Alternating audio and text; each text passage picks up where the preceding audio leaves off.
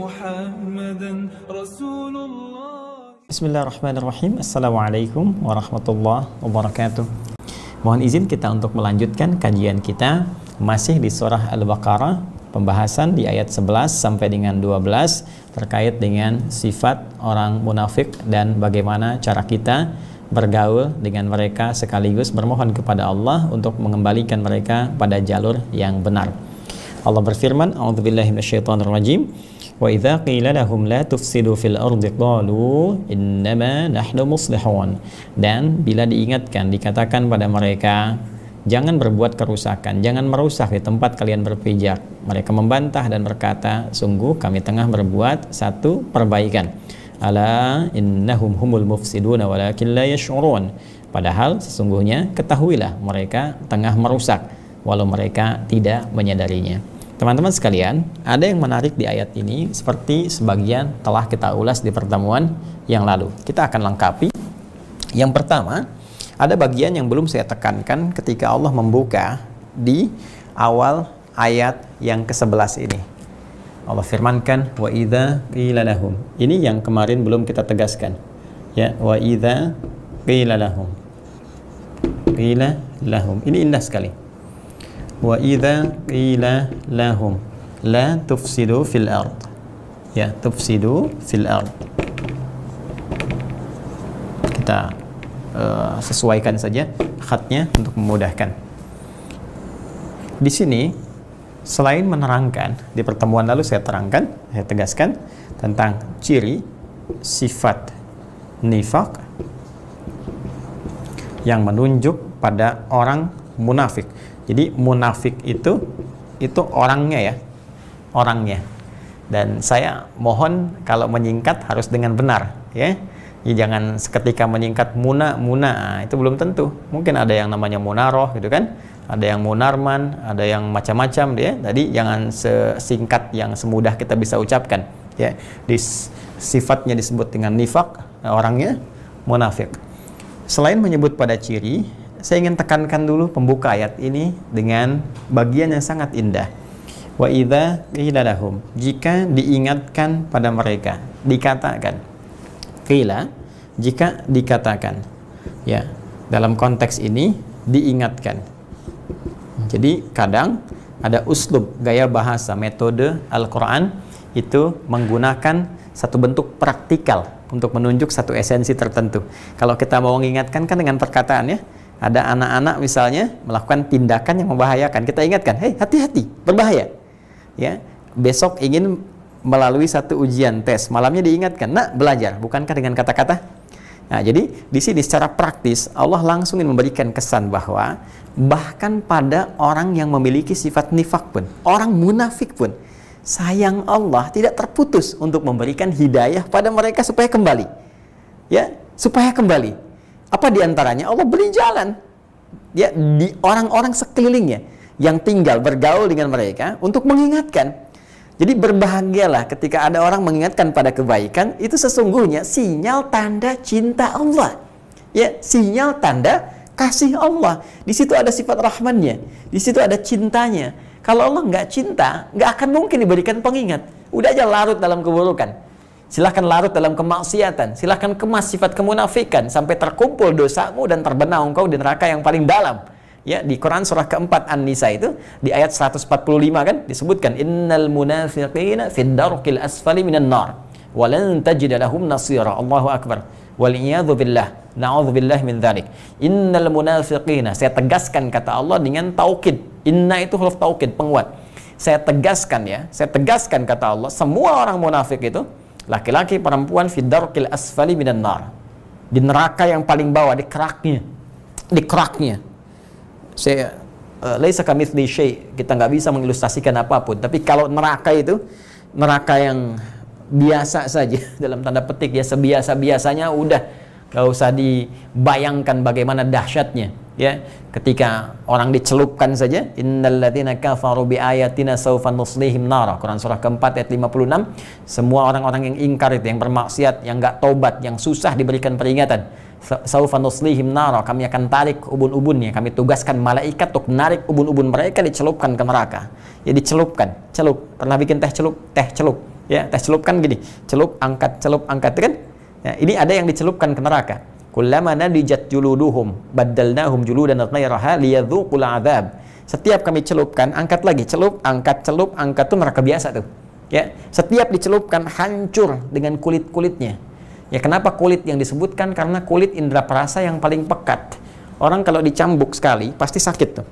Ya, kenapa? Karena masih ada kulitnya, indera perasa yang paling pekat. Cambuk sampai terkelupas jadi biasa. Maka orang yang masuk neraka itu ketika Allah celupkan, ya, melalui malaikatnya, dicelupkan oleh malaikat tuh hancur semuanya, hancur semua. Termasuk dengan kulit-kulitnya nanti diangkat itu, ditumbuhkan kembali jadi seperti semula kala. Kulitnya ada lagi. Ya, celupkan lagi. Kenapa? Supaya merasakan siksa yang serupa seperti yang pertama. Jadi nggak kurang-kurang siksanya. Kalau ada orang di dunia dihukum cambukan sekali sakit, 2 kali sakit, 3 kali, 4 kali, makin berkurang sakitnya. Ya, karena indera perasanya udah mulai kebal tuh, udah mulai kebal, sakit juga, cuma nggak seperti yang pertama. Kayak dipukul, pak, orang terbiasa menguatkan tangan, kaki, pukul sekali, sakit, lama-lama biasa. Ya, tapi neraka tidak. Begitu dicelupkan, diangkat, dibentuk seperti serupa lagi sehingga merasakan liyadzuqul adzab, supaya merasakan siksa yang dahsyat, yang serupa seperti yang pertama. Jadi sakitnya nggak akan berkurang. Semua sakit. Ya, lantas itu yang biasa saja, baru dicelupkan seperti itu. Bagaimana dengan yang jahannam? Sakaratul maut sudah ditampakkan, alam kubur sudah nampak tuh. Ya, ada yang berkata, Ustaz, di kuburan kan cuma tidur, nggak menerima azab. Hei kawan, bukankah orang bermimpi tidur, mimpi buruk sudah bagian dari siksaan? Ya, Anda mimpi buruk ketemu kuntilanak kan langsung pengen bangun tuh. Sekarang di alam kubur mimpi tiap hari ngelihat neraka, pagi petang ditampakkan neraka, nggak bangun. Bukankah itu siksaan? Bukankah itu siksaan? Ya, itu baru bonus saja, DP saja itu nanti. Ya, begitu nanti dihisab, nampak neraka jahanamnya, orang munafik itu tempatnya darkil asfali minan nar, di keraknya sekalian. Bukan di atas, di keraknya. Kalau sudah di keraknya bagaimana mau naik? Walan tajid lahum nasira, dan engkau tak mungkin, never, pakai lan, never, tidak akan pernah engkau dapatkan bagi mereka satu penolong pun. Udah tenggelam di sini, tenggelam di neraka jahanam. Perhatikan baik-baik. Ancaman ini dibuat bukan untuk menjerumuskan hamba Allah ke dalam neraka yang paling dalam, namun sifat rahman Allah untuk mengingatkan jangan sampai ada sifat nifak membentuk karakter munafik, karena ini berbahaya. Kenapa? La tufsidu fil ard. Orang munafik itu bisa merusak di setiap tempat yang dia pijak, dimanapun. Dia masuk dalam nuansa keilmuan, merusak dengan pengetahuannya. Dia masuk dengan harta, merusak hartanya. Dia masuk di kedudukan, merusak dengan jabatannya. Di setiap tempat yang dia pijak bisa merusak. Karena itu sebetulnya ancaman yang kuat itu diberikan untuk mengeluarkan manusia dari potensi kejahatan yang dahsyat. Karena itu di undang-undang positif pun, di hukum positif, di negeri kita atau dimanapun, biasanya kalau ancamannya tinggi sampai hukuman mati seumur hidup, itu menunjukkan extraordinary crime. Kejahatan yang luar biasa. Ya, karena itu setiap kejahatan yang luar biasa mesti diancam dengan yang paling dahsyat, supaya nggak dikerjakan, bukan supaya dilakukan. Ya, makanya narkoba ancamannya mati, korupsi kalau bisa ancamannya mati, supaya nggak pada korupsi. Ya kalau korupsi juga memang sudah niat mati itu mah. Ya, udah pengen. Ya, jadi orang-orang tuh dihambat berbuat buruk dengan hukum yang ketat. Makanya di Islam ada qisas. Ya, hukumannya apa?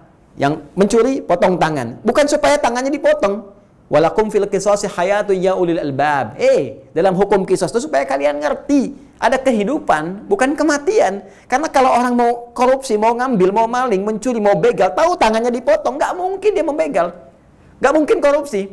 Makanya ada orang secara kiasan mengatakan qisas itu untuk memotong kejahatan, bukan memotong anggota bagian tubuh manusia.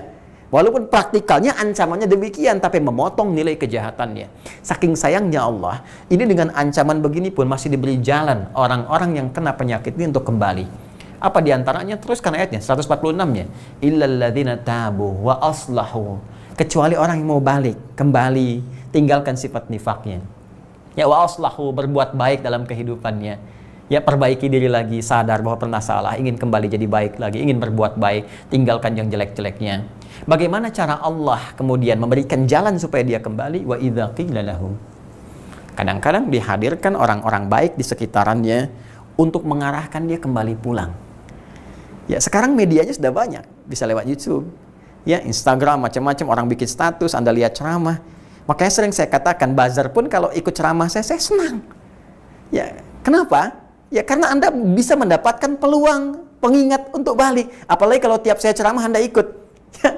Ya, saya tuh sudah khatam, ya, dan tidak mau mengingat apakah viewer berkurang, apakah subscriber berkurang, apakah kemudian dislike. Ini itu masalah keduniaan. Yang penting Anda ada, alhamdulillah. Ya, kadang-kadang ini sedang banyak-banyaknya dihilangin viewernya sampai 0, ada. Saya lihat di datanya itu. Kadang-kadang ada yang iseng ngejam, ya. Video kita harusnya tayang dihambat dulu, ada yang sinyalnya buruk, ada. Tapi bersyukurnya saya pada Allah, Anda ada di situ dan menyimak kajian saya, alhamdulillah. Pun demikian dengan ustadz-ustadz lain, kita doakan supaya baik, jalannya baik, ya. Dan itu adalah hidayah, bagian dari petunjuk Allah. Di ketika Allah ingatkan, barangkali ada yang menyimak, yang dititipkan kedudukan dengan jabatan, titipkan dengan uang, titipkan dengan pengetahuan, dan sampai kalimat-kalimat itu, itulah kasih Allah. Tinggal bagaimana caranya, kebeningan hati kita mengambil itu untuk kembali, ya. Nah, mohon izin, ini bukan sindiran atau pada bagian tertentu atau menunjuk orang tertentu, tidak. Ini adalah kaidah umum yang ingin disampaikan, tinggal kebeningan hati kita bagaimana menangkapnya. Apakah takwanya atau nafsunya yang berperan? Itu yang sangat menentukan. Ya, karena itu saya ingin katakan, bukti cinta Allah dengan sifat Rahman-Nya, ya, kasih yang sangat luas, menjangkau seluruh hamba, muslimkah, atau bahkan kafirkah, non-muslimkah, bahkan munafikkah, sepanjang masih punya kesempatan untuk hidup, nyawanya belum sampai ke kerongkongan, maka dia punya hak untuk menjadi hamba Allah yang saleh. Dia punya hak untuk bertransformasi menjadi insan mulia. Karena itu, seorang yang belum sampai batas hidupnya, ajalnya, ke kerongkongannya, maka tetap dia mendapatkan peluang hidayah Allah Subhanahu wa Ta'ala. Tinggal bagaimana ia meresponnya. Karena itu, saya selalu katakan, kaidah hidayah Allah berikan luas dalam kehidupan kita. Ada yang lewat pendengaran, 24 jam gak berhenti. Allahu Akbar, Allahu Akbar. Ada yang lihat penglihatan, lewat penglihatan. Lihat orang sholat, lihat orang baca Al-Quran, lihat orang beribadah. Ada yang dengan fikiran, baca buku, lihat kajian dan sebagainya. Semua diberikan. Tinggal, apakah kita bisa merespon itu semua dengan kebeningan hati kita dan mau mengambil itu untuk kembali kepada Allah. Tubu ilallah, fafirru ilallah, ya, kembali kepada Allah. Sepanjang kita berusaha, dapat. Itu yang dimaksudkan di Quran surah ke-29 Al-Ankabut di ayat ke-69 itu. Walladzina jahadu fina lanahdiyannahum subulana. Orang yang serius sungguh-sungguh mencari jalan untuk kembali kepada kami, petunjuk Allah pada nilai kebaikan, kami akan berikan jalan-jalan kami. Bukan satu jalan, banyak jalan. Ya, mungkin lewat pendengaran, lewat penglihatan, lewat pencernaan akal pikiran kita, banyak jalan. Sama persis saya sering ilustrasikan ketika Anda masuk satu ruangan, sinyal di handphone Anda tiba-tiba tidak muncul, bukankah Anda mencari sinyal? Ya, kalau suara nggak jelas Anda cari kan? Ya, bukan sinyalnya nggak ada, sinyalnya ada, terbentang, cuman terhambat oleh sesuatu, tinggal kita keluar dari hambatan itu untuk mendapatkan sinyalnya. Ada maksiat sehingga menghambat sinyal-sinyal Rabbani yang Allah pancarkan tidak sampai ke dalam diri kita, sehingga kita harus keluar dari sekat itu, robek sekatnya, keluar dari situ, dapatkan sinyalnya. Itulah yang dimaksudkan jahadu fina, orang yang berjuang untuk mendapatkan petunjuk Allah. Kami tunjukkan, kata Allah, jalan-jalan untuk kembali dengan jalan yang terbaik. Jadi saking cintanya Allah kepada hamba dan rahmat Allah, kasih cintanya akan melewati dan melebihi segala ancaman dan siksanya. Ya, inna rahmati wasi'at kulla syai'. Sungguh rahmat, kata Allah, lebih luas, melewati segala apapun, baik itu ancaman ataupun siksanya, jika hamba ingin kembali. Jika hamba ingin kembali. Karena itu, hal pertama sebagai kasih Allah yang ditampilkan, bahkan pada golongan munafik, Allah tegaskan, ingatkan melalui lingkungan-lingkungan sekitar. Wa idza qila lahum, jika diingatkan, langsung dikatakan pada mereka, la tufsidu fil ard, jangan lakukan tuh, jangan merusak. Nah, jadi ini dulu yang mau saya tekankan di sini, gambaran kasih Allah selain memberikan hidayah kepada orang beriman. Orang beriman diberikan hidayah meningkat amal ibadahnya. Oke? Orang kafir diberikan hidayah kembali, ditutup oleh Allah. Inilah adilnya. Perhatikan bahasanya ya. Ya. Jadi kafir itu menutup. Kaffara yukaffiru, menghapus. Orangnya kafir, ya, menutup diri dari Allah, terus dia mau balik lagi, maka kaffara, dihapuskan oleh Allah semua hal-hal yang buruk di masa lalunya. Ya, yukaffir anhum sayyi'atihim, jadi dihapuskan semuanya.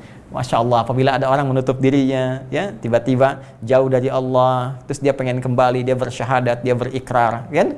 masuk Islam dia, begitu masuk Islam maka dihapuskan kesalahan-kesalahannya dan berniat dia baik dengan Islamnya. Hasuna Islamu. Itu dahsyatnya bahasa Al-Quran itu begitu. Bahasa Arab ya. Kafara menutup diri, kafir orangnya, kafara menghapuskan. Orang yang mau balik kata Allah, kafara dihapuskan. Yukaffir anhum sayyi'atihim, dihapuskan, dihilangkan jejak-jejak kesalahan-kesalahannya dengan taubatnya itu. Dan sepanjang dia mau meniti diri dengan keislamannya untuk berbuat baik, bukan modus untuk mendapatkan tambahan dunia.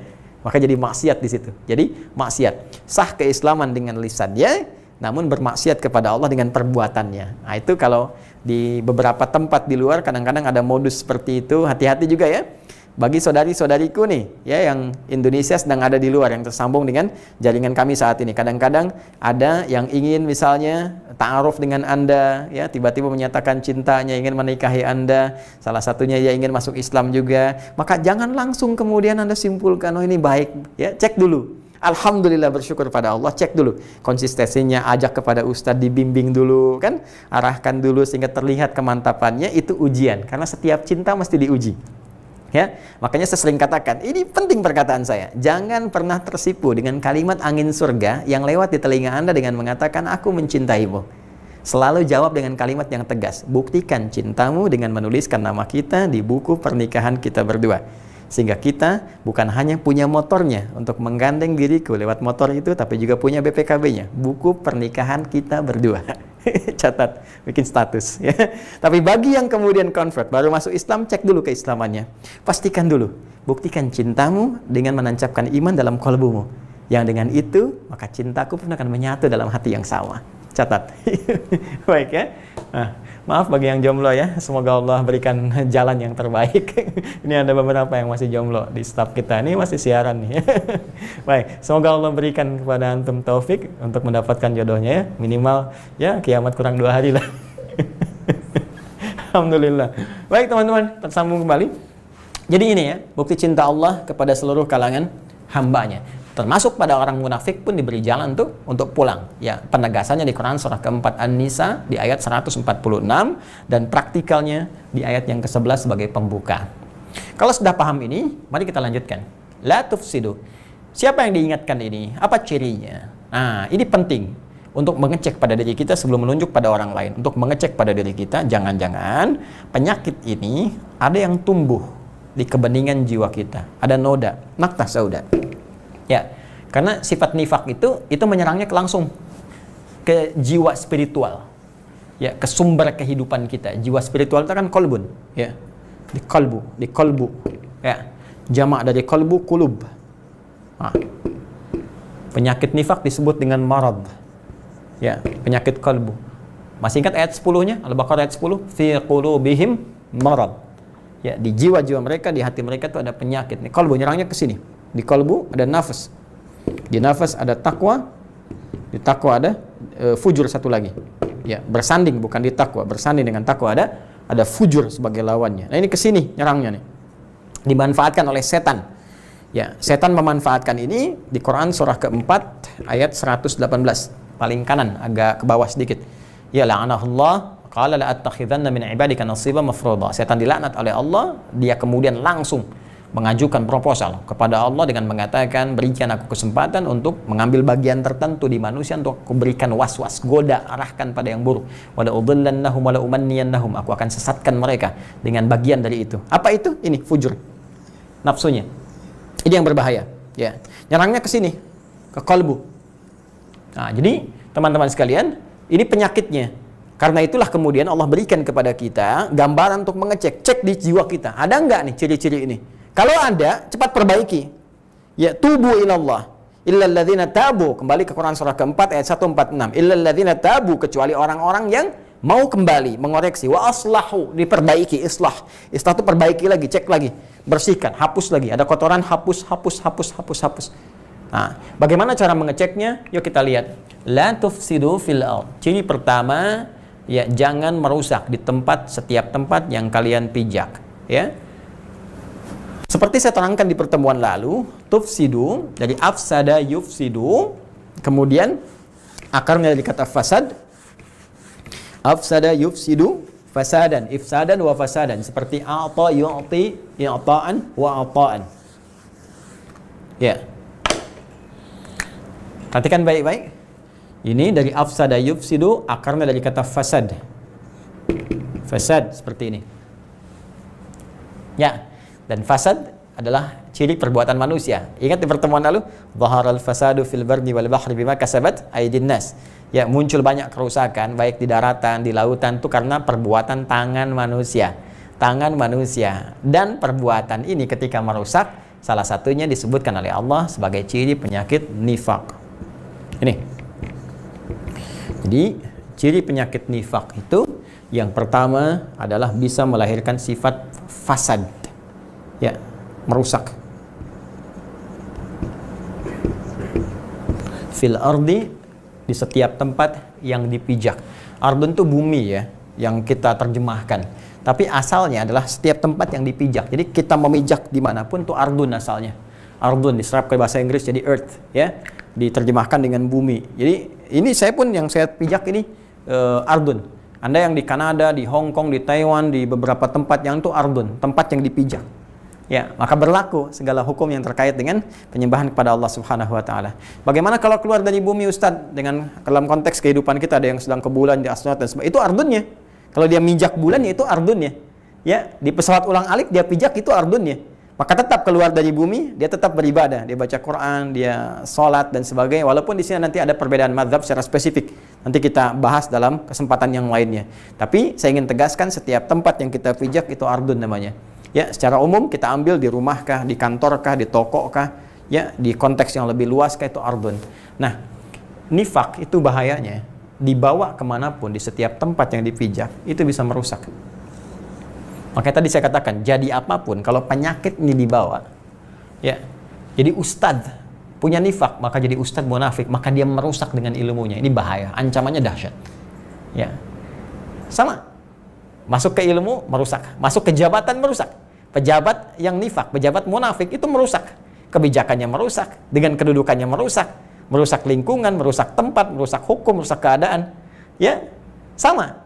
Semua pengacara munafik merusak, hakim yang munafik merusak. Ya, pun demikian hartawan pengusaha munafik merusak. Jadi setiap terbawa penyakit ini bahaya. Karena itu ancamannya dahsyat. Ancamannya dahsyat, neraka jahanam, dasar neraka jahanam. Hati-hati. Ya. Karena itu kita belajar apa yang dimaksud dengan fasad ini, yang punya potensi daya rusak yang sangat kuat sehingga dimanapun berpijak bisa berbahaya. Fasad ini seperti saya terangkan asalnya adalah lawan dari kata islah. Lawan dari kata islah, mengeluarkan setiap nilai kebaikan. Jadi ada sesuatu yang baik dirusak dari situ sehingga nggak tampak nilai kebaikannya lagi. Jadi kalau kita turunkan seperti ini, kita bikin persamaan lagi ya, seperti di awal sebelum Isya tadi, kita juga membuat persamaan iman sama dengan amal soleh sama dengan takwa ya. Sekarang kita bikin persamaan lagi supaya lebih mudah untuk dipahaminya. Cek baik-baik. Mari kita lanjutkan. Bismillah. Saya turunkan begini dulu ya, supaya kita mudah memahami. Sebelah kanan, saya tunjukkan bagaimana keadaan hati yang sehat, ya, yang saleh. Ini ada iman. Lawannya sini ada yang sakit, hatinya yang sakit, ada penyakit nifak. Langsung saya tuliskan nifak. Sini ada iman, kalbunya sehat. Sini nifak. Iman yang sehat nih sama dengan ya, bawah saya kasih begini dulu, mengeluarkan amal saleh. Saleh, amalnya saleh, maka salih itu punya potensi untuk islah. Ya, ada salih, ada islah, itu berbeda. Salih itu baik, islah itu memperbaiki. Di orang yang baik itu kecenderungannya akan memperbaiki.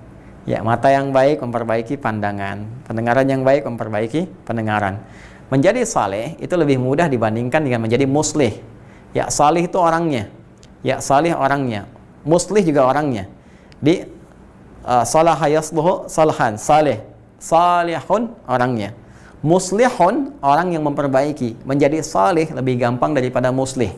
Nabi ketika jadi salih disebut al-amin, semua pujian. Ini orang baik, orang yang gak pernah mabuk, gak pernah zina, terpercaya, bahkan semua menitipkan harta kepada beliau, ingin dijaga. Tapi ketika berubah menjadi muslih, memperbaiki, ini gak boleh, ini gak bagus, ini bisa menyengsarakan, ini membuat nestapa, maka mulai muncul tantangan. Ini fitrah dalam kehidupan, ya. Kalau kita jadi baik pribadi saja, nggak banyak disoal. Tapi ketika Anda memperbaiki keadaan orang lain, muncullah kemudian banyak persoalan. Ini tantangan. Justru dengan tantangan itu ada pahala. Kalau nggak ada itu, nggak ada pahalanya. Nggak ada pahala sabar, pahala tahajud, pahala doa, dan sebagainya. Itulah keindahan. Sepanjang kita bisa membaca alurnya, maka di situ ada kenikmatan yang hebat sudah kita raih. Ya, kembali ke sini. Jadi, orang beriman akan melahirkan sifat salih, yang dengan sifat salih ini berpeluang untuk membuat islah, orang yang muslih. Islah itu nanti maknanya banyak, bukan hanya mendamaikan, tapi juga memperbaiki. Nifaq ini melahirkan fasad. Ya, fasad, rusak, dan berpotensi merusak, ifsad. Tuh, fasad akarnya rusak, ifsad merusak. La tufsidu, afsada yufsidu, la tufsidu, jangan merusak. Jadi iman ini penyakitnya kalau menggerogoti di dalam jiwa, di kolbu, saya tuliskan sini kolbu, fi qulubihim marad, ini kolbu. Kalau bersih imannya kuat, melahirkan salih, memperbaiki islah. Kalau punya nifak jadi munafik, ada penyakit fasad, di sini apa? Ifsad, ini merusak. Jadi ini baik, ini merusak. Nah, sekarang teruskan.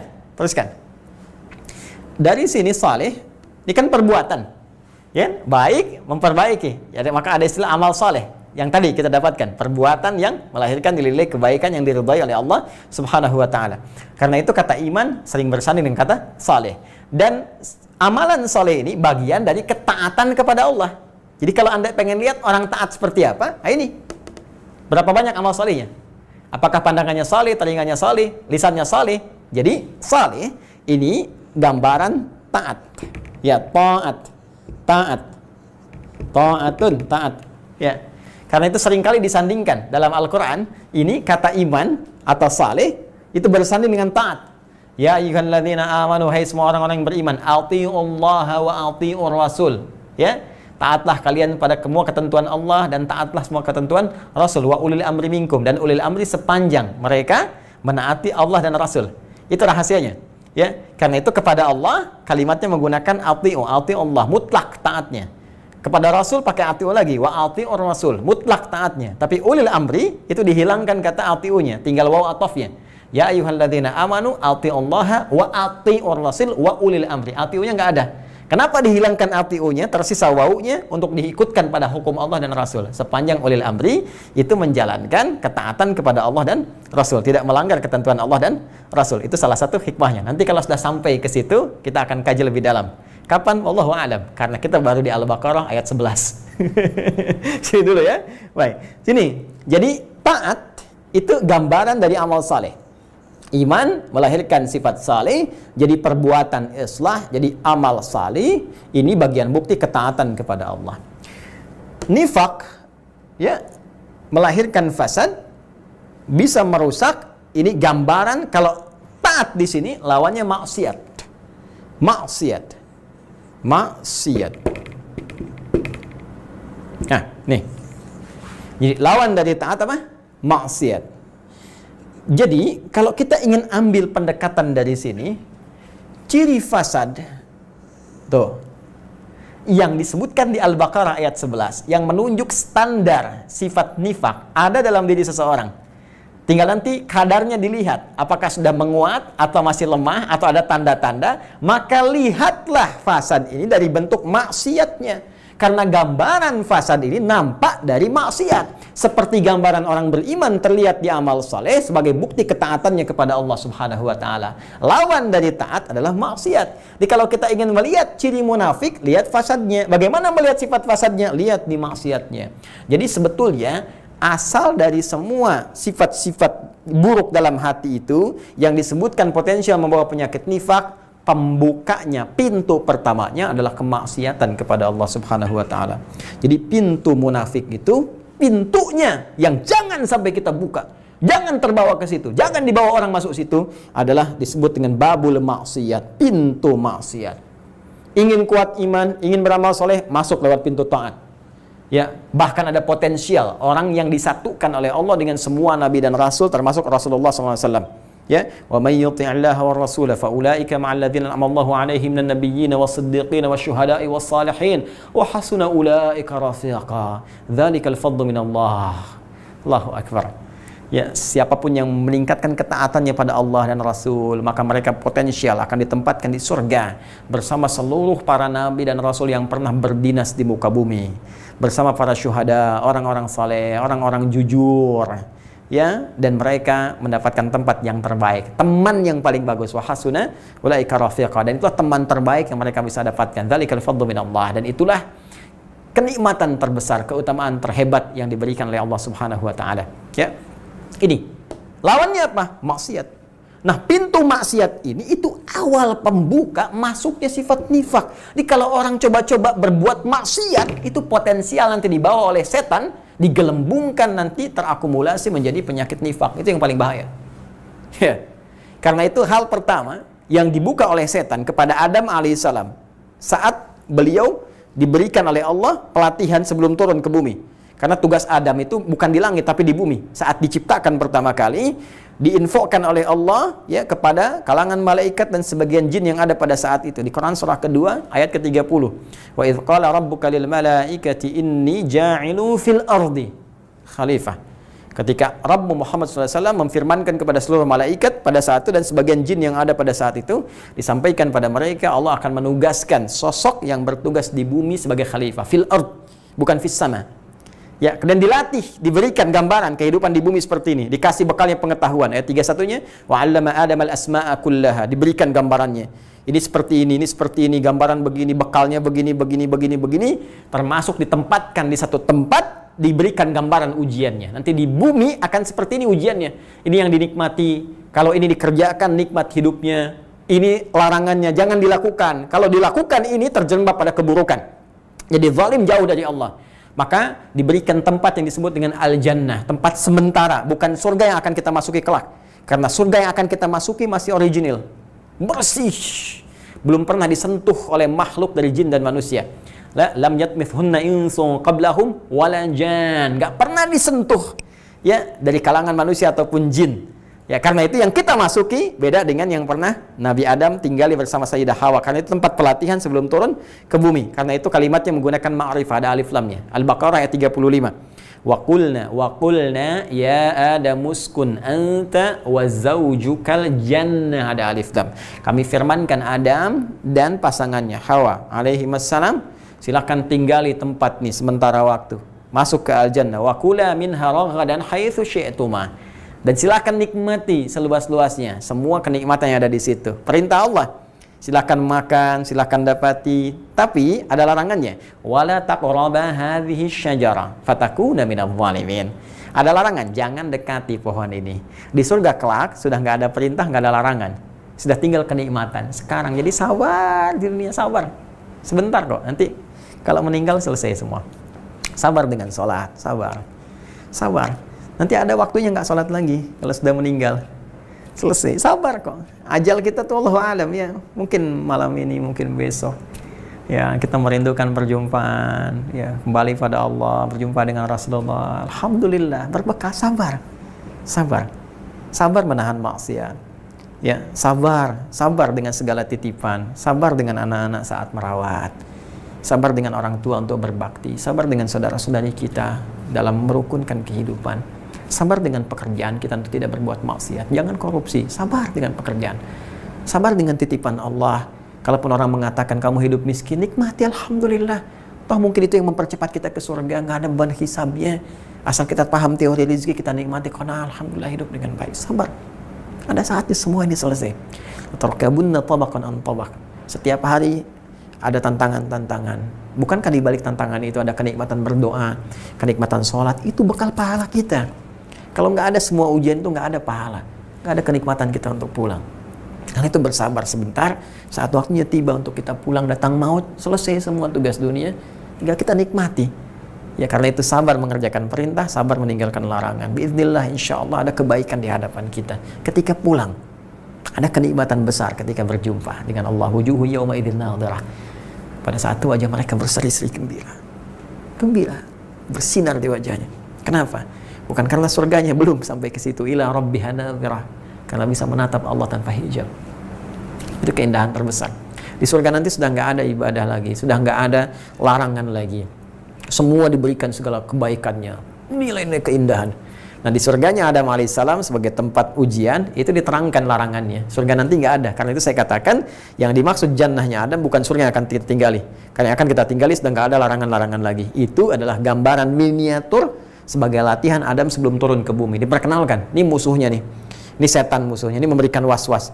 Jadi larangannya nanti diprovokasi oleh setan. Ada agitasi, ada provokasi, kadang-kadang propaganda. Nanti kita belajar ya. Jadi hati-hati, propaganda setan lebih berbahaya tuh, merubah mindset kita supaya yang baik terlihat buruk, yang buruk terlihat baik. Ya, sehingga kita bisa menyoal kenapa yang baik-baik itu yang dilarang, gitu kan? Kenapa yang enak-enak itu yang nggak boleh, ya? Padahal kemudian di balik itu ada sesuatu yang membahayakan. Jadi teman-teman sekalian, ditugaskan di situ ada perintah, ada larangan sebelum diturunkan ke muka bumi. Nah, persoalannya apa kaitan dengan yang akan kita bahas? Ditunjukkanlah oleh Allah di situ bagaimana setan pertama kali membuka pintu maksiat kepada Adam alaihissalam supaya Adam melanggar ketentuan Allah. Kata Allah kan di Al-Baqarah ayat 35, "Wala taqraba hadhihi syajarah fatakuna minadh dhalimin." Jangan dekati pohon ini, bentuk larangan satu aja dulu. Maka setan mulai beraksi di situ. Fa'azallahuma syaitan di ayat 36 ya. Maka setan menggelincirkan. Gelincir itu kan jatuh kan? Turun ke bawah kan? Indah bahasa Quran kan diksinya? Ya, bukankah ada di atas langit? Ya, kalau bumi kan di bawah. Makanya kalau tergelincir jatuh dari atas ke bawah kan? Itu di antara kalau Anda belajar balaghah tuh enak sekali baca Quran tuh. Enggak ada tertandingi keindahan bahasa Quran. Kayaknya kalau baca yang ini pengen baca yang lain, pengen baca yang lain. Kenikmatan tersendiri. Allah anugerahkan kami ya Allah kenikmatan berinteraksi dengan Al-Quran. Kenikmatan membaca Al-Quran ya Allah pancarkan pada jiwa kami ya Allah. Itu kalau udah begitu enak sekali. Ya, fa'azallahuma syaitan. Nah, nanti ketika Anda buka Quran surah Thaha, surah ke-20 ya. Quran surah ke-20. Silahkan dicek di ayat 121. Ya, mudah-mudahan tidak keliru. Di ujung ayatnya. Wa 'asa Adamu rabbahu faghawa. Maka Adam digelincirkan oleh setan sehingga 'asa bermaksiat. Nih. 'Asa itu kata kerja infinitifnya. 'Asa. Sifatnya disebut maksiat. Keadaannya. Ini infinitif yang disebut dengan asa. Wa asa Adamu rabbahu faghawa. Ya, maka Adam digelincirkan oleh setan, dibawa untuk tersesat, bermaksiat, berbuat maksiat dengan melanggar ketentuan tadi. Ini sebelum Adam ditugaskan sebagai nabi, ingat, ini masih pelatihan sebagai gambaran. Jangan Anda katakan nabi kok bermaksiat? Bukan Joni, bukan begitu memahaminya. Anda belum paham. Adam belum bertugas, ini baru diberi pelatihan Suneo, ya. Jadi ini masih di ruang pelatihan, ditunjukkan begini. Ya, kenapa diberi pelatihan begitu? Supaya memberikan ke kita gambaran yang bukan nabi dan rasul. Kita berpotensi berbuat maksiat. Kalau Adam itu ketika turun berdinas jadi nabi, dijaga oleh Allah. Turun ke bumi, Al-Baqarah 38, "Qulna habitu minha jami'an." Begitu turun dijaga, maksum. Tapi di atas sana diberikan pendidikan sebelum turun untuk memberikan gambaran kepada kita. Ini nanti akan kita hadapi. Kita bukan nabi, bukan rasul. Berpotensi terbawa oleh jebakan setan. Ini yang bahaya. Bagaimana menghindarinya? Harus kenal dulu. Maka berbahagialah Allah mengutus Nabi Muhammad SAW sebagai pamungkas Sayyidul Anbiya'i wal Mursalin, menunjukkan pada kita, nih begini dokumentasinya disampaikan lewat Al-Quran sebagai ketentuan yang hak, indah. Makanya kalau baca Quran itu selesailah kehidupan itu. Maksudnya bukan meninggal, enak maksudnya. Ya, nyaman, terlihat. Oh ini tantangannya, ini mengatasinya. Ini enjoy aja, yang ajaban li amril mu'min. Oh, mengagumkan keadaan orang beriman itu. Itu gambarannya. Jadi itu yang dibuka oleh setan. Ya. Makanya sering saya katakan, Adam diberikan pendidikan, bahkan diberikan arahan. Begini cara baliknya, ini kalimatnya. Al-Baqarah 37-nya, "Fatalaqqa Adamu rabbahu ya min rabbihi kalimatin fataba alaihi." Fatalaqqa Adamu min rabbihi kalimatin fataba alaihi. Maka Adam mendapatkan bimbingan dari Allah. Begini cara tobatnya, cara baliknya. Ini sebetulnya untuk kita gambarannya di masa yang akan datang, ya, anak cucunya lewat petunjuk para rasulnya, rasul pamungkasnya Rasulullah sallallahu alaihi wasallam. Karena itu di surah ke-7 ayat 23-nya diberikan langsung kalimatnya, "Rabbana zalamna anfusana wa illam taghfir lana wa tarhamna lanakunanna minal khasirin." Nah, setelah peringatan ini pun kalau kita abai, maka ini pintunya bahaya nih. Ya. Jadi manusia-manusia biasa yang tidak dibentengi oleh sifat-sifat misalnya seperti sifat Nabi Rasul dengan sifat maksumnya, terjaganya kita. Kalau nggak menguatkan iman, nggak meningkatkan takwa, itu potensial dibuka pintu maksiat. Nabi aja masih digoda. Ingat kan Nabi Yusuf alaihissalam bagaimana digoda supaya maksiat? Ingat Nabi Ayub, ingat Nabi Ibrahim, ingat Nabi Muhammad SAW. Nabi aja masih digoda, apalagi kita yang bukan Nabi. Jadi kalau kita nggak menguatkan diri bahaya. Ya, Fir'aun misalnya, kenal kan? Ayo, kenal di mana? Ya, Fir'aun tuh manusia paling buruk, ngaku Tuhan, ana rabbukumul a'la, zalimnya luar biasa, kebangetan zalimnya. Ya, apa pintu pembuka pertamanya? Maksiat. Buka Quran surah 73 Al-Muzammil ayat 16 itu. Fa'asa fir'aunur rasula. Fa'akhadnahu akhdatan wabila. Fa'asa tuh fir'aunur rasula. Maka Fir'aun tuh diarahkan oleh setan untuk berbuat maksiat. Tuh sifat pembukanya ini maksiatnya. Ya, pembukanya maksiat. Karena itu setan mengarahkan pada maksiat dulu. Nanti kalau maksiatnya terus-terusan, kata Nabi di hadis Muslim, jadi naktas sauda, jadi titik-titik kotoran. Nah, itu yang dimaksud penyakit marad tadi, fi qulubihim marad. Ya. Kalau sudah titik di kolbunya, titik jadi penutup. Ya, kalau sudah jadi penutup, sudah anti. Makanya aneh nanti di hatinya nanti ada penutup. Lisannya mengaku muslim, hatinya penutup, anti Islam. Itu yang paling kacau. Itu yang paling kacau. Gimana alurnya? Yuk kita bahas supaya paham betul detailnya. Ya, bismillah. Masih ada waktu ya? Baik, bismillah. Kita hapus dulu ya. Ini teman-teman sekalian. Kalau sudah paham ini mohon izin ya. Ini saya keluarkan dari bentuk narasi di berbagai kitab-kitab, diturunkan lagi. Jadi bahan begini. Kalau Anda tanya buku, Anda nggak akan temukan. Jadi rajin-rajin melihat, mencatat. Kalau Anda insya Allah baca kitab, Anda akan temukan urutan-urutan ini. Ya, bismillah. Nanti di beberapa tafsir standar juga Anda akan temukan bahwa awal dari pintu pembuka munafik itu yaitu maksiat ya kepada Allah Subhanahu wa taala. Coba nanti bagian ini penting kita ketahui. Jadi ini yang tercemar itu kalbunya, dimasuki sifat nifak. Ya. Muncul sifat fasad atau ifsad. Saya tuliskan bahasa Arabnya begini. Ifsad, ini merusaknya. Kemudian pintu pembukanya maksiyah. Asa. Ini infinitifnya. Ya. Kalbu seorang yang berpenyakit, yang sakit, marad. Kita pakai ayat Quran surah 2 ayat 10. Fi qulubihim marad. Kalau penyakitnya nanti nifak, maka cara mendeteksinya lihat di sifat fasadnya, merusaknya ini. Di Quran surah 2 ayat 11-nya. La tufsidu. Ya, ini ifsad sifat merusaknya, fasad gambaran kerusakannya. Pintu pembukanya maksiat. Tadi sudah saya terangkan di awal. Nah, kalau kita lihat pintu bermaksiat ini ragamnya bermacam-macam. Ya, ragamnya bermacam-macam. Saya ingin memulai dari kalangan orang beriman dulu, yang muslim. Ya. Kalau non-muslim sudah otomatis ya, karena tidak ada iman dalam dirinya. Kita berdoa kepada Allah supaya mau beriman kembali kepada fitrahnya. Nanti kita akan terangkan. Ya, boleh jadi nanti Anda punya sahabat yang non-muslim juga, boleh jadi bertetangga juga. Demikian, itu normal kehidupan, gak apa-apa. Saya pun demikian.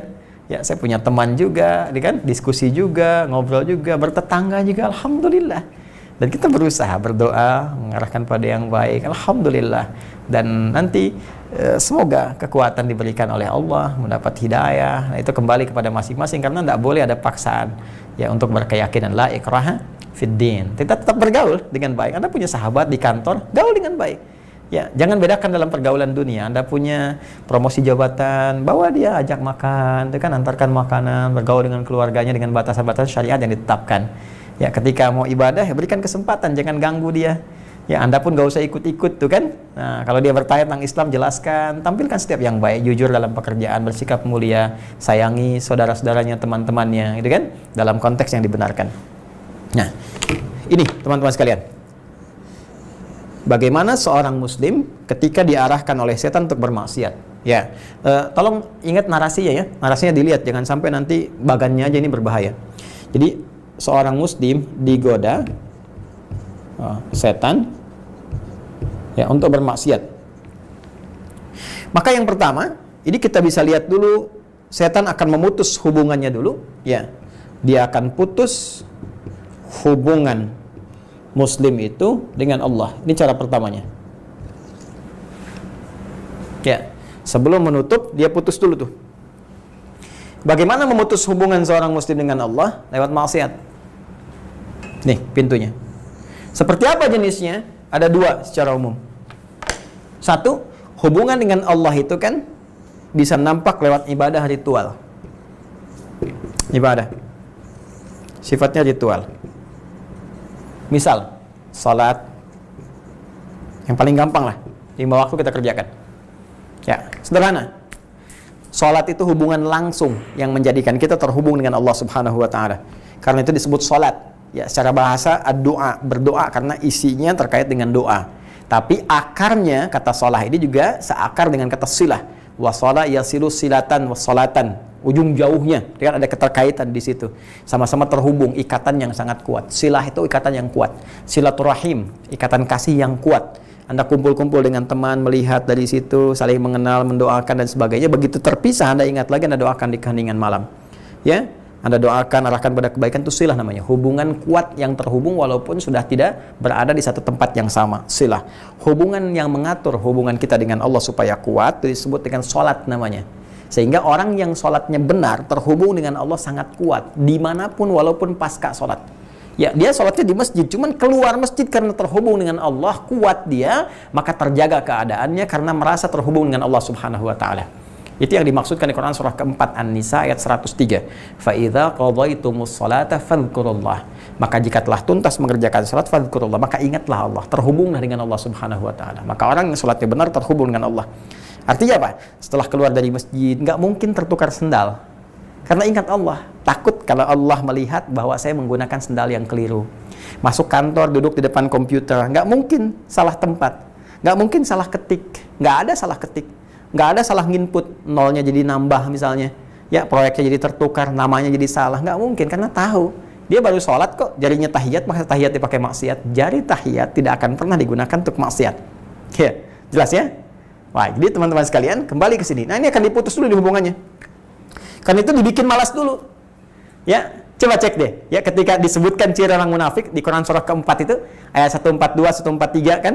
Innal munafiqina yukhadi'una Allah wa huwa khadi'uhum wa idza qamu ila sholati qamu kusala. Tuh. Enggak langsung diputus salatnya enggak. Dibikin malas dulu. Qamu kusala, bikin malas dulu, malas tuh. Makanya Nabi menyebut SAW langsung sebagian dari waktu sholat itu menjadi penanda langsung ciri nifak munafik. Orang kalau udah malas-malas sholat isya, hati-hati itu. Nabi kan pernah kasih tanda kan? Isya, hati-hati. Kan? Subuh, hati-hati. Ini penanda langsung. Kalau udah malas-malas, itu pintu pertama setan supaya putus dari Allah. Putus dulu. Malas dulu sholat tuh. Ya, kadang-kadang dibikin lewat proyek dulu, kan?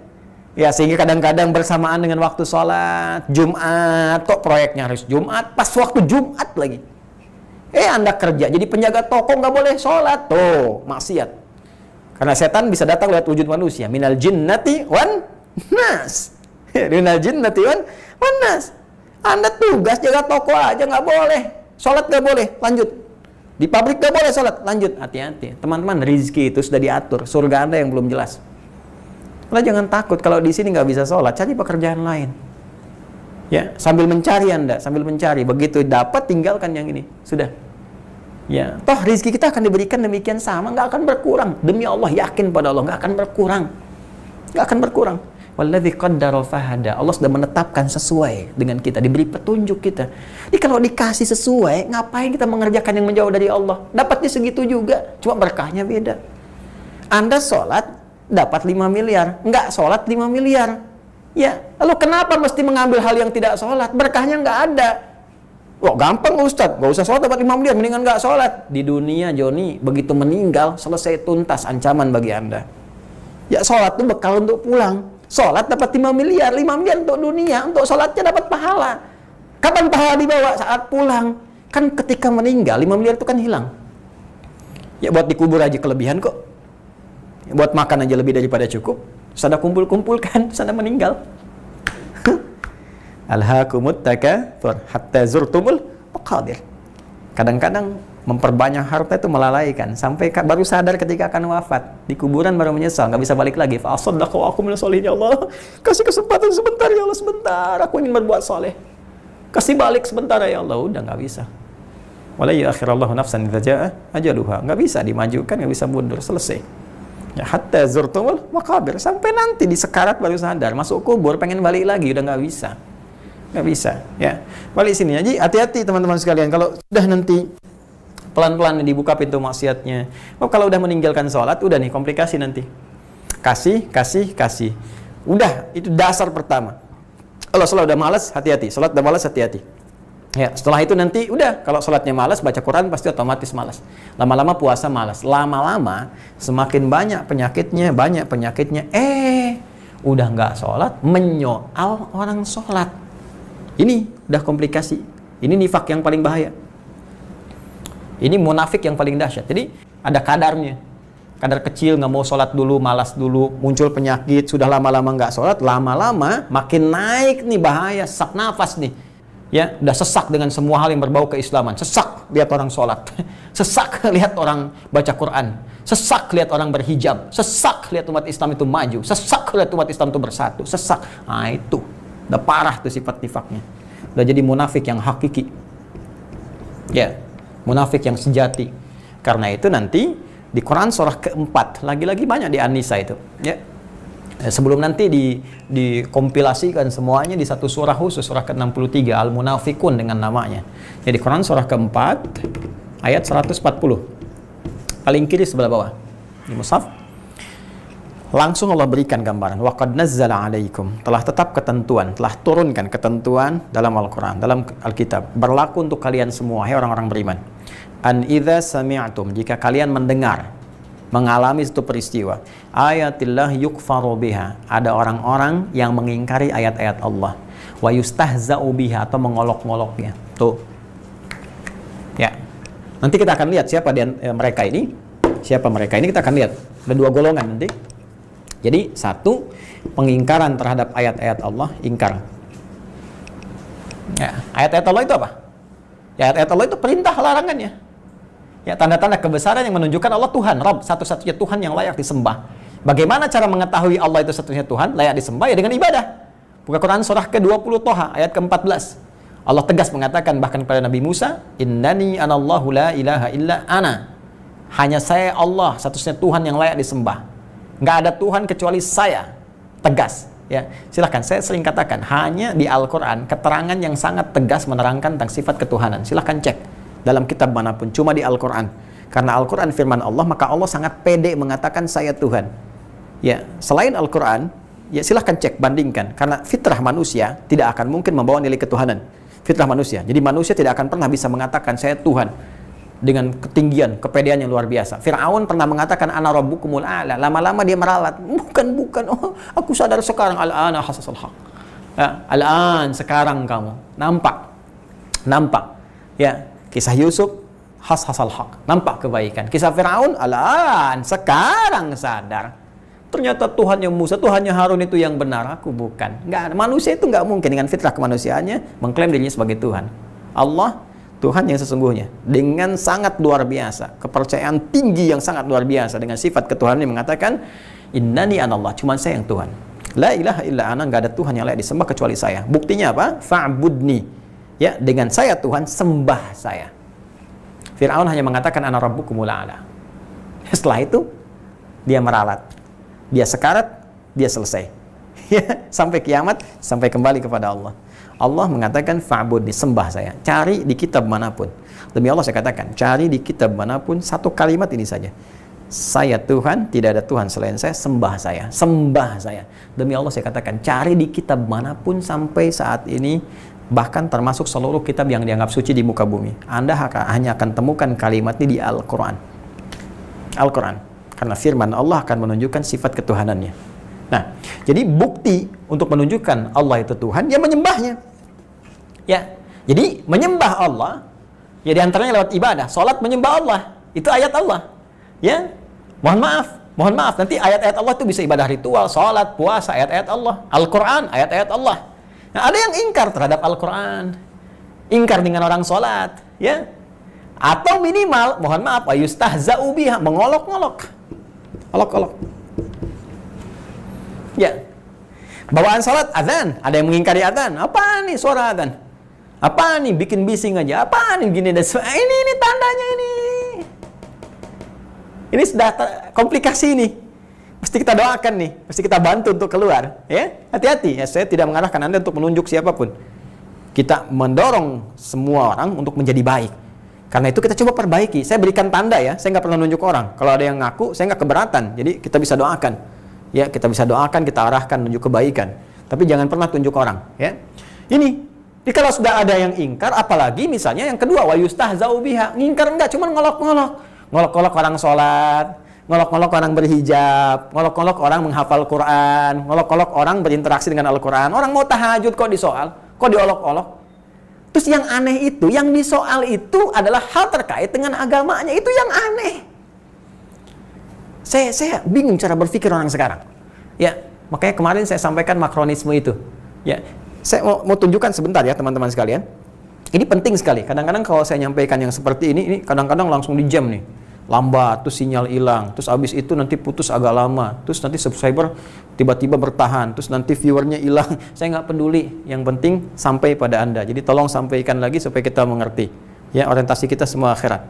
Lihat baik-baik teman-teman sekalian, fokus ini. Saya belajar ini, saya belajar i'lam, belajar jurnalistik. Ya, setahun saya dapatkan materi itu. Kita belajar beberapa, nah itu ilmiah ya. Teman-teman sekalian,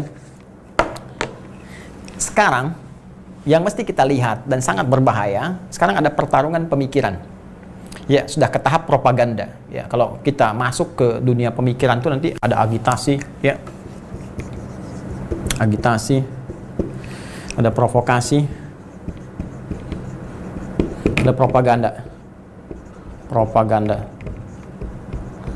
Dulu Soviet tuh punya satu bagian subnya itu disebut dengan agitprop, ya, agitasi dan propaganda. Dulu itu bagian bironya di komunis Soviet tempo lalu, yang kemudian diadopsi oleh Eropa, dikembangkan, sekarang masuk ke media.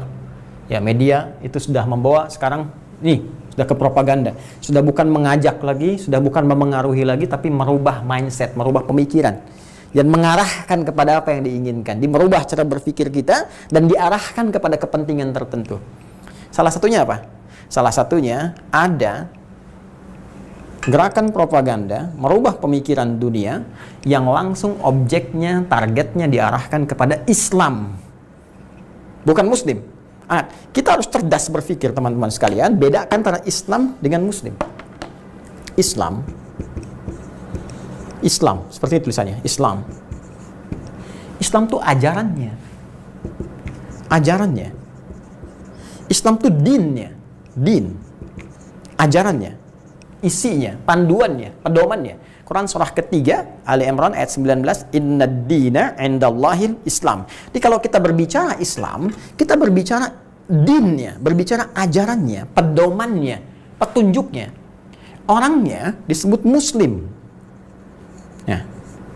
Muslim, aslama yuslimu, islaman muslimun. Orang Islam, orang yang memeluk Islam, orang yang berusaha menjalankan pedoman-pedoman dalam Islam, orang yang berusaha menjalankan ajaran-ajaran dalam Islam. Ada yang usahanya sungguh-sungguh jadi orang baik seperti dituntun Rasulullah SAW. Ingat di zaman Rasulullah itu, ya, berandal banyak, ya, begal nggak terhitung, segala macam tindak keburukan ada. Nabi datang membawa risalah Islam, diajarkan, mereka sungguh-sungguh, begitu benar-benar sungguh-sungguh jadi orang terbaik di masanya yang menginspirasi ke masa depan. Ya, Anda mau cari orang jujur, di situ paling kumpul yang terbaik. Anda cari orang tawadhu, di situ yang paling hebat. Anda cari orang dermawan, di situ ditemukan yang paling dahsyat. Semua puncak kebaikan ada di situ. Sampai mereka bertransformasi dari jahiliyah menjadi khairu ummah dan diakui oleh sejarah. Silahkan cek, diakui oleh sejarah. Sampai bahkan menginspirasi sampai ke Eropa. Bukan hanya dengan akhlaknya, adabnya, yang sekarang banyak berlaku di berbagai tempat belahan dunia, bahkan dengan pengetahuannya. Cek semua pengetahuan yang dikembangkan oleh orang-orang Eropa sampai dengan saat ini. Lihat akarnya, maka Anda akan temukan pada puncaknya kembali kepada ajaran-ajaran keislaman yang dibawa oleh Rasulullah SAW. Itu. Tapi orang-orang yang tidak berusaha dengan baik, ya, bahkan hanya kamuflase saja, seperti Abdullah bin Ubay bin Salul, Musailamah al-Kadzab, sudah ada di zaman Nabi, ngaku Islam, cuma mohon maaf, masuk ke situ hanya untuk menjelek-jelekan saja, hanya untuk berbuat makar. Udah ada Abdullah bin Ubay bin Salul, ada orang munafik zaman dulu. Ya, Musailamah al-Kadzab ngaku Muslim, Nabi hidup, selepas wafat ngaku Nabi. Jadi ya, abah yang ngaku Nabi itu, yang sekarang saya ngaku Nabi, udah ada. Anda terlambat jauh Anda. Zaman dulu udah ada dan selesai kehidupannya. Nastapa, merana sampai kembali kepada Allah Subhanahu wa taala. Jadi dari dulu orang yang masuk Islam itu muslim dah banyak, yang baik-baik banyak, yang nggak baik pun ada karena nggak serius menjalankan keislamannya. Ya, yang nggak serius itu siapa? Orang Islamnya. Islamnya bagus, silahkan cek di Islam. Semua buka ajaran Islam, di Al-Quran buka, di hadis buka. Nggak akan Anda temukan ajaran-ajaran yang menjerumuskan pada keburukan. Demi Allah saya katakan, semua kamu jadi Islam, baik semua kalau benar Islamnya. Ya bagaimana bisa korupsi? Melihat yang jelek aja nggak boleh? Ya, kan Quran yang mengajarkan. Wa qul lil mu'minina yaghuddu min absarihim, katakan pada pria yang merasa beriman, sudah masuk Islam, imannya bagus, pandang yang baik saja. Ini gimana mau korupsi? Mau lihat aja nggak boleh yang jelek. Terus korupsinya sambil merem, Ustadz. Ya ilah, mau merem korupsi. Ya, gimana? Ya, tangannya aja nggak boleh. Mencuri dipotong tangan. Wasariqu wasariqatu faqtu aydiyahuma. Ya, pencuri potong tangannya. Gimana mau dipotong tangan mau mencuri? Nggak bisa. Ya, bicara baik. Ya ayyuhalladzina amanu, hai pemilik iman, la yaskhar qaumin qaum, jangan saling mencela. Gimana mau bikin hoax? Mencela nggak boleh, bikin buruk aja nggak boleh. La yaghtab ba'dukum ba'd, jangan gosip nggak boleh, mencela nggak boleh. Inna ba'dadh-dhanni itsam, prasangka buruk itu bisa dosa. Berprasangka buruk aja nggak boleh, apalagi bikin hoax, apalagi jadi buzzer. Nggak mungkin bisa. Ya, jadi Islam tuh pasti bagus. Quran tuh bagus, nggak ada orang belajar Quran benar misalnya jadi buruk, nggak mungkin. Apalagi jadi teroris, membawa teror, itu mustahil. Mustahil. Ingat kata-kata saya, sumber teror itu cuma dua. Ya, secara umum cuma dua makronya. Satu, ekonomi. Kalau ekonomi mulai lemah, maka muncul teror. Ya, karena orang lapar. Orang lapar, orang butuh makan. Kehilangan peluang itu, maka dia nyari. Nggak dapat jalan yang baik, dia mulai muncul deh. Oh, setan ketawa ketiwi, cuman ditiup maksiat. Ya, udah itu dibawa tuh sama setan. Mulai muncul pembegalan. Begal itu kan teror. Teror itu membuat orang khawatir, takut. Datang tuh teror, itu umum tuh membuat orang takut. Bukan cuma dengan ledakan, dengan senjata, dengan macam-macam, dengan senjata fisik itu teror. Makin banyak orang membegal itu teror. Sifatnya disebut ismenya terorisme. Udah masuk ke situ. Di faktor ekonomi, betapa banyak orang meledakkan diri dan sebagainya karena iming-iming tadi. Ya, bayar sekian, ini sekian, berbuatlah sesuatu yang buruk, nembak orang, bom orang, bunuh orang dan sebagainya. Baik, yang kedua faktor politik. Ya, bukankah Fir'aun dengan kekuasaannya secara politis nggak mau diganti? Ya, dengan secara politis takut dengan Nabi Musa. Padahal Nabi Musa datang bukan untuk meruntuhkan kerajaan Fir'aun, cuma untuk meluruskan kekuasaan supaya benar. Perhatikan. Pernah nggak ada narasi dalam Al-Quran mengatakan Musa diutus untuk menghancurkan Firaun supaya diganti rajanya Musa? Nggak ada. Baca Quran, Suneo. Silakan baca. Idhab ila Fir'auna innahu tagha. Ya, pergilah kepada Fir'aun, dia telah menyimpang. Buka lagi surat Toha, surat 20 ayat 43 sampai 44. Idhaba ila Fir'auna. Ya, innahu tagha. Musa dan Harun pergilah kepada Fir'aun, dia telah menyimpang. Faqula lahu qawlan layyina la'allahu yatadhakkaru aw yakhsha. Nasihati, katakan dengan lembut. Mungkin dengan kelembutan itu dia balik lagi, dia gunakan kekuasaan pada jalan yang benar. Jadi Musa diutus didampingi Harun untuk mengarahkan Firaun supaya benar dengan kedudukannya, membuat kebijakan-kebijakan yang baik, bukan untuk ganti Firaun. Firaunnya yang ketakutan karena mempertahankan hal-hal buruknya, muncullah teror pada saat secara politis. Apa yang dia lakukan? Setiap bayi yang muncul mau dilahirkan, dampingi ibunya yang sedang mengandung. Keluar perempuan, hidup laki-laki, sembelih di hadapan ibu yang baru melahirkannya. Diabadikan ini di Quran surah kedua ayat 49. Wa idz najjaynakum min ali fir'auna yasumunakum su'al 'adzab yudzabbihuna abna'akum wa yastahyuna nisa'akum. Maka dia gerakkan secara politis semua hal terkait dengan dirinya. Pasukan-pasukannya, dampingi algojonya, Haman arsitekturnya, ya, cendekiawan kebelingernya, kasih masukan-masukan yang kadang buruk dan sebagainya, ditugaskan secara militer, tugaskan ini bikin apa? Teror. Jadi teror itu diciptakan. Ya, dari faktor apa? Politis. Ini yang terjadi. Dia bisa karena kekuasaan, bisa karena ekonomi, kesulitan. Karena itu di surah Quraisy jelas, alladzi at'amahum min ju' wa amanahum min khauf. Alladzi at'amahum min ju' wa amanahum min khauf. Dua faktor yang membuat kehidupan itu nyaman. Satu, ekonominya kuat. Yang kedua, amanahum min khauf. Keamanan, ketertibannya nyaman. Faktor politisnya bagus. Jadi kalau sosial, faktor politiknya, keamanan terjamin, ekonomi bagus, sosial pun akan tenang. Nah, dari mana munculnya orang-orang ini? Karena tadi. Nah sekarang, yang berbuat teror itu, berbuat hal-hal yang buruk itu nggak punya aliran. Bukan cuma muslim, orang yang mengaku Islam, yang tidak mempraktekkan ajaran Islamnya dengan baik. Di Islam nggak ada tuntunan terorisme. Tunjukkan pada saya, di mana di Islam misalnya mengajarkan begal si fulan, bunuh si fulan, rampok si fulan, korupsi kamu. Nggak ada. Bom, nggak ada. Bahkan kalau baca Quran benar-benar takut. Orang baca An-Nisa aja. Lagi-lagi ke An-Nisa ayat 93 94. Oh udah itu. Wa may yaqtul mu'minan muta'ammida. Siapa yang merencanakan pembunuhan, apalagi targetnya satu orang aja orang beriman. Satu orang aja. Fajazauhu jahannam. Maka dia sama dengan memesan kafling di neraka jahanam. Orang beriman mana yang pengen pesan kafling di neraka jahanam? Khalidan fiha, kekal di dalamnya, nggak pernah keluar. Wa ghadiballahu alaihi, Allah murka kepadanya. Wa la'anahu, dilaknat dia. Wa adalahu adzaban 'azima, dan dijanjikan siksa yang sangat dahsyat. 5 hal. Neraka jahanam, kekal gak keluar, dimusuhi oleh Allah, dilaknat oleh Allah, dan dijanjikan siksa yang berlipat. Orang beriman mana yang ingin mendapatkan itu? Jadi kalau orang benar baca Qur'annya, nggak mungkin tiba-tiba datang bom di sana sini, berangkat ke sini, bom tempat ini, bom tempat itu bukan Islam. Nggak ada ajarannya. Kan itu saya katakan pada Anda, hati-hati kalau ada ajaran, ajakan, tiba-tiba kayak orang baik, terus datang nih ke jalan Tamrin, itu jihad fisabilillah. Jihad fisabilillah itu jihad di jalan Allah, bukan di jalan Tamrin, Suneo. Kami kita negeri aman. Jadi kalau ada yang ngajak-ngajak tiba-tiba demikian, itu bukan Islamnya. Nih, ini nih. Nih, oknumnya di sini. Yang mengaku muslim tapi tidak menerapkan ajaran Islam dengan baik. Sama aja dengan yang lain juga. Boleh jadi ada yang Kristen juga nggak baik, ada yang Hindu nggak baik, ada yang Buddha nggak baik. Ya, sekarang pertanyaannya, kenapa di soalnya Islamnya? Kenapa setiap ada kejadian-kejadian di soal Islam dibawa Islamnya? Coba lihat kemarin yang di Perancis, Emmanuel Macron misalnya. Apa yang dia katakan? Islam sedang krisis, kok Islam yang dibawa? Nilai intelektual Anda kemana?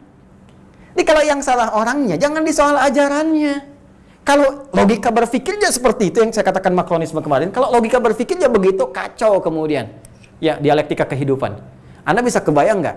Ya teman-teman sekalian, ini jangan dulu masuk ke keyakinan ya, agama. Institusi pendidikan aja, kampus A, kampus B, kampus C. Ya, ada alumni kampus tertentu, misalnya korupsi, pernah nggak disebutkan kampusnya? Ya, koruptor kampus A, koruptor kampus B. Saya aja lisan saya nggak sanggup mengucapkan itu. Saya nggak pernah dengar KPK mengumumkan ini ada koruptor kampus A, ya, koruptor kampus B. Silahkan masukin ya kampusnya, kampus-kampus besar di Indonesia. Ya, sebutkan itu. Koruptor kampus A, koruptor kampus B, nggak pernah ada. Yang disebutkan namanya, inisial lagi, fulan, fulan, fulan, fulan, fulan. Kenapa sekarang bisa sangat mudah mengatakan Islamnya? Islam teroris, Islam radikal, Islam A, Islam B, Islam C. Ya, yang membuat penembakan di New Zealand kemarin, apa agamanya? Apa pernah disebut terorisme A? Ya, di Myanmar siapa yang membantai umat Islam pada saat itu? Siapa? Nggak pernah disebut. Misalnya teroris agama B. Ya, di India siapa yang menghancurkan masjid-masjid, membunuh banyak orang Islam di sana? Apa pernah disebut teroris agama C? Tidak pernah. Bahkan lisan saya pun nggak sanggup menyebut agama-agama lain terkait dengan teroris. Karena terorisme nggak punya agama. Jadi ada kesalahan berpikir teman-teman sekalian, ada propaganda besar sekarang yang ingin menyoal langsung targetnya ke ajarannya. Apa tujuannya? Merubah ajaran Islam. Bukan orang Islamnya, merubah ajarannya. Ini yang ingin mereka kesankan bahwa Islam itu buruk, Islam itu jelek, identik dengan kekerasan dan sebagainya. Ya, ini yang persoalannya ini. Islam, ISIS misalnya, kan Islam yang dibawa, bukan ininya. Bukan oknum muslimnya, tapi Islamnya. Kenapa yang ditengahkan selalu Islam, Islam, Islam? Jadi kalau Anda berhadapan dengan yang seperti itu, Anda balikan tanyakan. Kenapa nggak disebut Kristen radikal? Kenapa yang disebut Buddha radikal, Hindu radikal? Ya, dan sebagainya. Kenapa yang muncul Islam radikal, Islam radikal, Islam radikal? Padahal Allah kasih contoh. Nih, di Myanmar begini, di India begini, di New Zealand begini, di Swedia dulu begini. Ya. Apa yang terjadi? Karena ada persepsi yang bersamaan, satu propaganda besar ingin mengesankan bahwa ajaran Islam jelek, sehingga mereka menawarkan persepsi keislaman yang mereka ciptakan sendiri. Nih, Islam liberal, Islam plural, dan sebagainya. Dari dulu mengamalkan Islam baik-baik saja. Ada hampir 2 miliar umat Islam di muka bumi. Ya, dan yang lain baik-baik saja. Alhamdulillah nggak ada kekerasan, yang lain baik-baik, ke masjid baik, sholat baik. Ya, hal yang baik. Ini poinnya. Ya. Jadi ini yang kita coba koreksi teman-teman sekalian, dan celakanya ini diwariskan, diamini, diserap, dan dipopulerkan bahkan oleh orang yang mengaku muslim sendiri. Itu yang disebut dengan munafik. Saya tegas katakan munafik, tegas, munafik, munafik. Dari mana taunya? Firman Allah, yustahza'u biha, tiba-tiba dibawa-bawa, dan cirinya pas lagi seperti kata Al-Quran di Al-Baqarah ayat 11. Wa idza qila lahum la tufsidu fil ardh. Koreksi, itu kata-kata nggak benar. Minta maaf saja, selesai persoalan. Innama nahnu muslihun. Yang saya maksudkan nggak semua Islam kok, cuma separatisme Islamnya. Islam separatis. Kok Islamnya dibawa-bawa? Separatis ya separatis aja. Ekstremis ya ekstremis aja. Kenapa bawa-bawa Islamnya? Ya itu dia yang kami maksudkan, ingin perbaikan untuk umat Islamnya. Ini innama nahnu muslihun, sama. Itu sama-sama dibawa ke Indonesia. Muncul intelektual. Yang dimaksud Anda siapa? Anda juru tafsir mana? Kok tiba-tiba jadi menafsirkan? Ya, kalau mau menafsirkan, ya hilangkan kata Islamnya. Ya, bahas tentang hal-hal yang menyimpangnya. Ini yang kita luruskan. Kita juga tidak sepakat, karena sekali lagi terorisme tidak punya agama. Baik. Qad nazzala 'alaikum fil kitabi an idza sami'tum ayatillahi yukfaru biha wa yustahza'u biha fala taq'udu ma'hum. Jadi kalau ada yang dengar seperti itu, jangan sertai mereka. Fala taq'udu, jangan sertai. Jangan duduk dengan mereka. Kalau bikin bacaan, tinggalkan bacaannya. Kalau ceramah, tinggalkan ceramahnya. Ya, kalau bikin produk, tinggalkan produknya. Hatta yahudu fi haditsin ghairi, sampai mereka sadar itu salah dan balik baru minta maaf. Kalau itu benar, kalau MUI menganjurkan kemarin kejadian misalnya nggak pernah mau minta maaf, itu benar. Ya, nggak usah di sweeping, ngapain sweeping? Nggak usah datang ke toko-toko, nggak usah. Kalau jiwanya sadar beriman, cukup tinggalkan, nggak usah dibeli.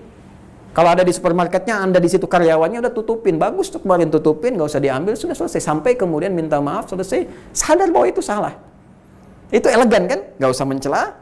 Ya kan? Nggak usah mencaci yang sudah jelek sama dengan jeleknya. Nggak usah mencaci. Kenapa harus mencaci lagi? Tinggalkan aja. Ya, innallaha jami'ul munafiqin. Itu dalilnya. Ya. Sungguh Allah akan mengumpulkan munafikin wal kafirin dan orang-orang ingkar fi jahannam jami'a, di jahannam keduanya. Dulu saya masih mencari apa tafsir ayat ini. Sampai terjadi kejadian-kejadian baru kita sadar. Oh, ada orang-orang yang belum beriman, yang kuat menyerang Islam, tiba-tiba dikuatkan oleh orang yang mengaku beriman. Karena itu ayat yang mengatakan orang yang ngaku-ngaku ini disebut munafik, orang yang tadi disebut dengan kafirin, jami'ul munafiqina wal kafirin. Nanti kalau yang begini nih, dua-duanya kompak menjelek-jelekan Islam tanpa sebab, menyoal, membangun propaganda yang buruk, mengarahkan pada hal-hal yang jelek, itu dikumpulkan oleh Allah di neraka jahanam keduanya. Dan kita bertobat, bermohon pada Allah supaya dihindarkan dari yang demikian.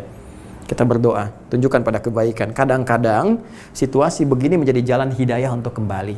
Jadi kita doakan, ya.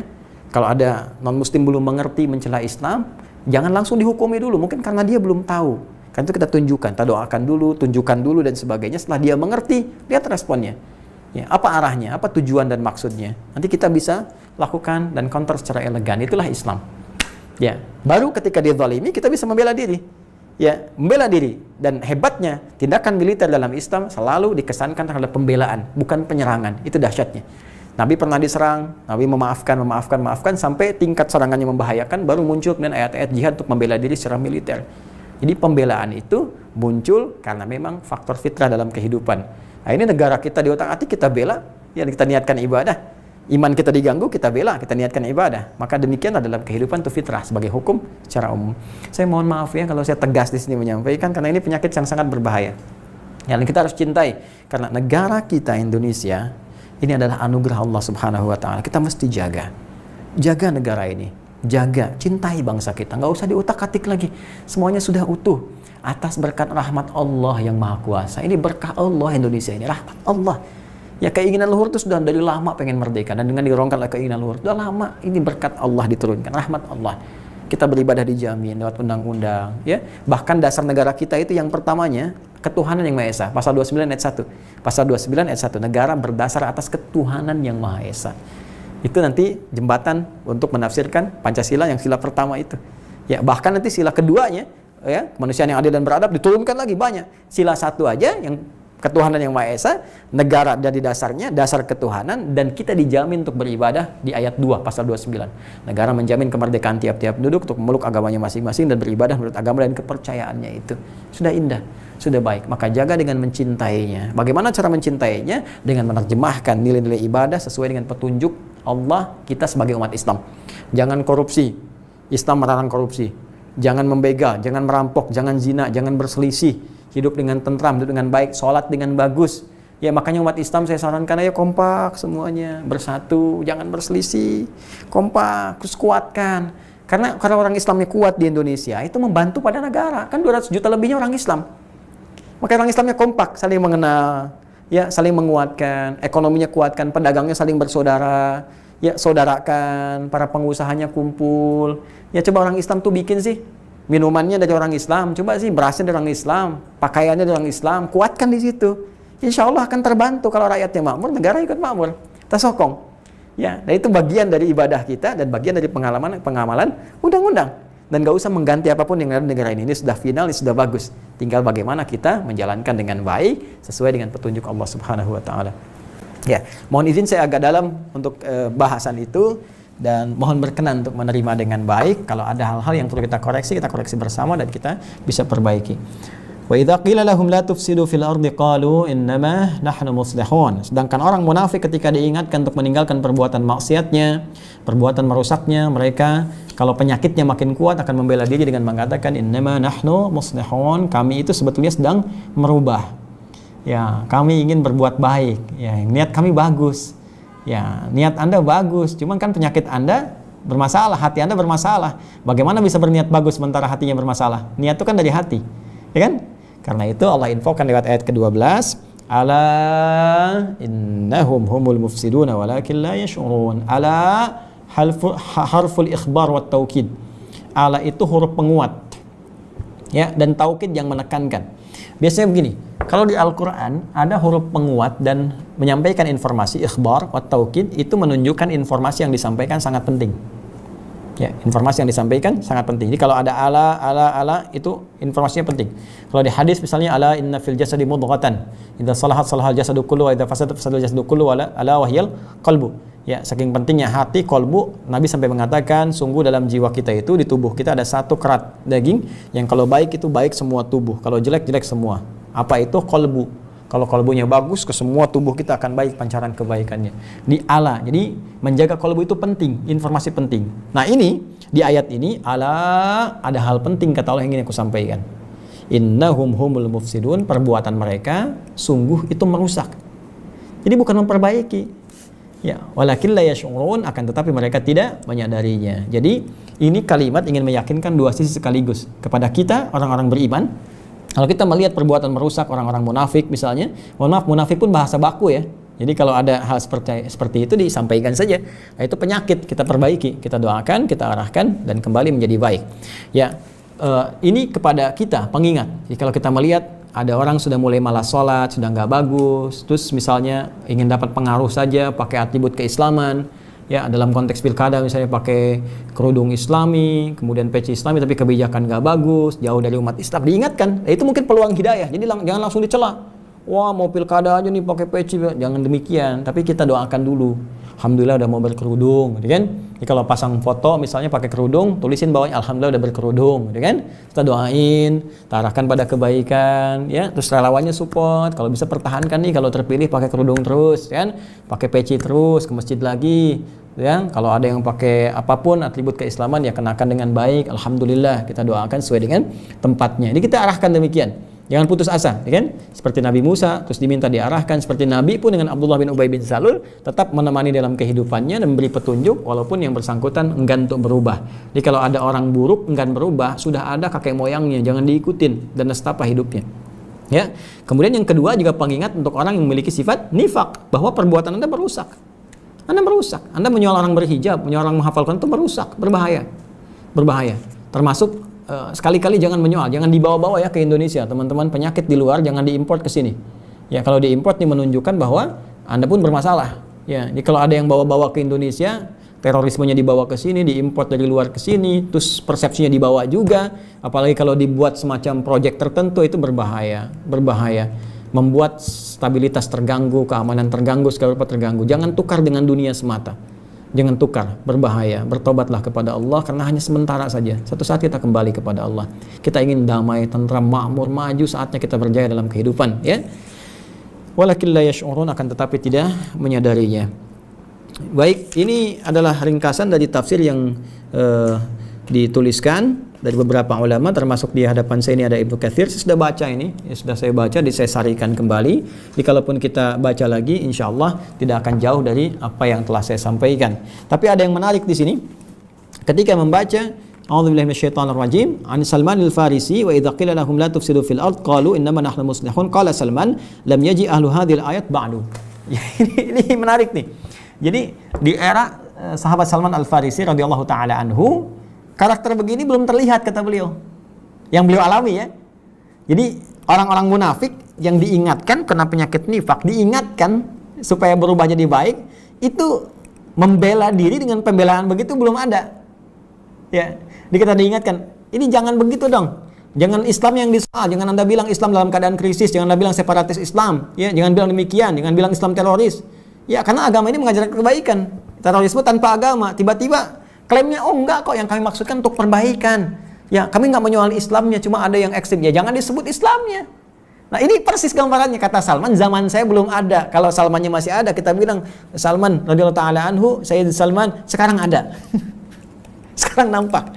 Ya, 15 abad yang lalu Salman al-Farisi mengatakan lam yaji ba'du, ya, lam yaji ahlu hadhil ayat ba'du. Ini tafsir Ibnu Katsir, tafsir Al-Qur'anul Azim, teman-teman sekalian, di ayat yang ke-11.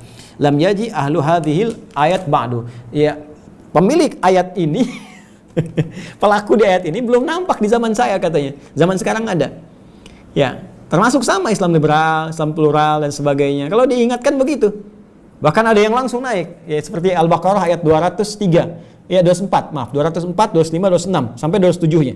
204, wa minan nasi may yu'jibuka qawluhu fil hayatid dunya wa yashhadullaha 'ala ma fi qalbi wa huwa aladul khisam. Di antara sementara manusia ada yang kata-katanya begitu menarik, retorikanya cantik, ya, membawa-bawa nama-nama Allah, kadang motong-motong ayat, motong-motong hadis. Wa huwa aladul khisam, padahal dia musuh yang paling nyata. Wa idza tawalla sa'a fil ardi liyufsida fiha wa yuhlikal hartha wan nasl. Tuh, kalau dia berpetualang di bumi cuma berbuat kerusakan, fasad kan munafik. Ya. Wallahu la yuhibbul fasad. Allah enggak mencintai, enggak menyukai kerusakan. Wa idza qila lahu taqillah akhadhatul izzah.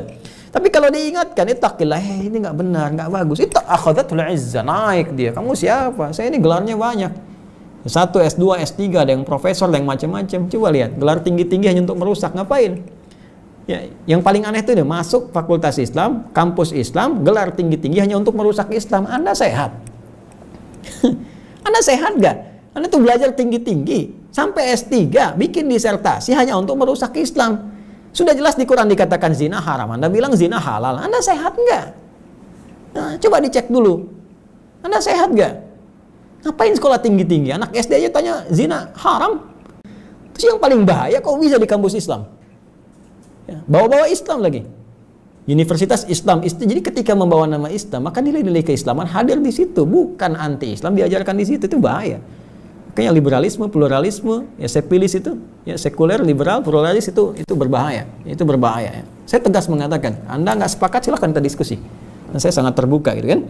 Nanti kita bisa lihat, dan dengan izin Allah mudah-mudahan kita saling mendoakan untuk mengarahkan pada nilai-nilai kebaikan. Mohon izin teman-teman sekalian kalau ada yang hangat-hangat ya malam-malam hari ini, memang kalau perkara-perkara akidah yang merusak, membahayakan, mesti tegas dari situ. Ya, mesti tegas supaya kita paham ini hitam putihnya demikian. Yang hitam tinggalkan, putihnya ambil, kemudian kita doakan supaya saudara-saudara diarahkan kembali. Karena Quran pun mengarahkan begitu. Di ayat 146 An-Nisa Allah mengatakan illal ladzina tabu. Saking Allah semua harus taubat, kecuali orang-orang yang taubat wa aslahu, dan mereka memperbaiki diri. Kita bantu dengan doa supaya intelektualnya balik lagi jadi baik, gitu kan? Terus buka lembarannya, hazanahnya, bukakan, gitu kan? Referensinya dan sebagainya, dan semoga dengan itu semua punya peluang yang sama untuk bertobat di hadapan Allah Subhanahu wa taala. Itu kurang lebih ringkasan dari Quran surah kedua, dari tafsirnya ayat ke-11 sampai dengan ayat 12. Dan kita akan lihat ciri berikutnya di ayat 13, 14 sampai dengan ayat 20 tentunya pada episode yang akan datang.